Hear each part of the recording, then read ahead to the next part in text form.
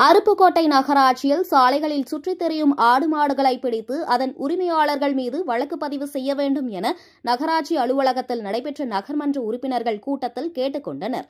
விருதுநகர் மாவட்டம் அருப்புக்கோட்டை நகராட்சி அலுவலகத்தில் நகர்மன்ற உறுப்பினர்கள் அவசர கூட்டம் நகர்மன்ற தலைவர் சுந்தரலட்சுமி தலைமையில் நகராட்சி ஆணையாளர் ராஜமாணிக்கம், நகர்மன்ற துணைத் தலைவர் பழனிசாமி முன்னிலையில் நடைபெற்றது. இக்கூட்டத்தில் பங்கேற்ற நகர்மன்ற உறுப்பினர்கள் அருப்புக்கோட்டை நகராட்சியில் சாலைகளில் கேட்பாரற்று